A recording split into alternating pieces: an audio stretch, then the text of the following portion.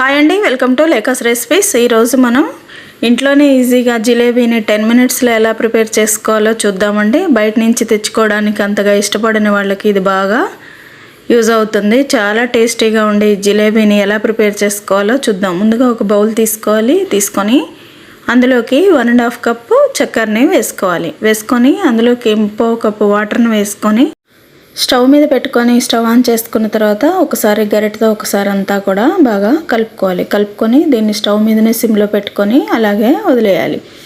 ఇప్పుడు ఈ లోపల పిండిని ప్రిపేర్ చేసుకోవాలండి. 1 కప్పు మైదా పిండి వేసుకొని ఒక చిటికెడు సాల్ట్ వేసుకున్న తర్వాత 1/2 కప్పు పుల్లటి పెరుగుని వేసుకొని ఇప్పుడు ఇదంతా కూడా బాగా విస్కర్తో కొంచెంగా వాటర్ వేసుకుంటూ పిండినంతా కూడా బాగా కలుపుకోవాలి. వాటర్ని కొంచెం వేసుకుంటూ కలుపుకోవాలండి. ఎక్కువగా వేసేసుకుంటే ఒకసారి లూజ్ అయిపోతుంది. ఇలా కొంచెం వేసుకుంటూ మీరు చూసే కన్సిస్టెన్సీలో దోశపిండి బ్యాటర్ లాగా కలుపుకోవాలి. ఇప్పుడు ఇందులోకి ఒక ప్యాకెట్ అయినా వేసుకోవాలండి. నేను ఇది ఆరెంజ్ ఫ్లేవర్ ఉన్నది వేస్తున్నాను. మీకు అవైలబుల్గా ఉంటే లెమన్ ఫ్లేవర్తో ఉన్నది కూడా వేసుకోవచ్చు. ఇదైనా ఏం పర్వాలేదు, అదైనా ఏం పర్వాలేదండి.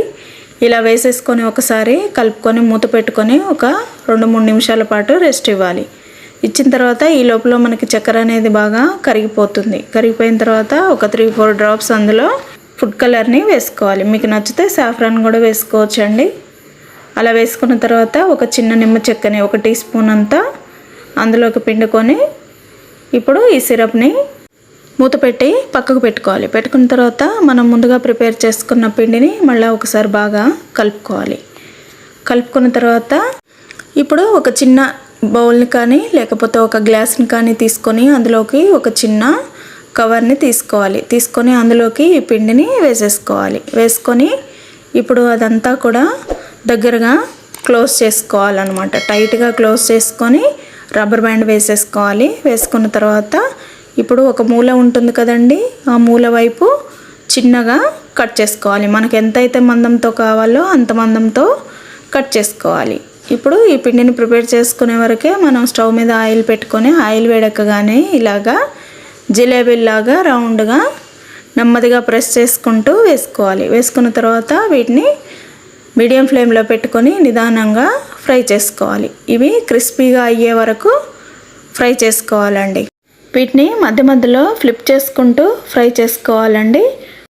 ఇలా ఫ్రై చేసుకున్న వాటిని కొంచెం లైట్ గోల్డెన్ కలర్కి రాగానే వెంటనే వీటిని తీసి మనం ముందుగా ప్రిపేర్ చేసుకున్న సిరప్లో ఒక 2 సెకండ్ల పాటు డిప్ చేసుకొని వెంటనే తీసేయాలండి.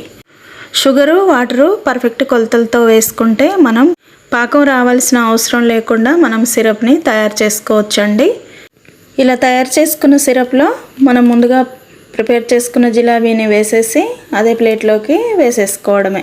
చూసారా ఎంత ఈజీగా రెడీ అయిపోయిందో. ఇప్పుడు అలా ప్లేట్లో వేసుకున్న తర్వాత మళ్ళీ అదే ఆయిల్లో ఇలా మీరు చూసే విధంగా జిలేబీలాగా వేసేసుకొని నిదానంగా ఫ్రై చేసుకొని వాటిని కూడా అలాగే సిరప్లో వేసేసి 2 సెకండ్ల పాటు డిప్ చేసుకున్న తర్వాత అలాగే ప్లేట్లోకి సర్వ్ చేసుకోవడమే.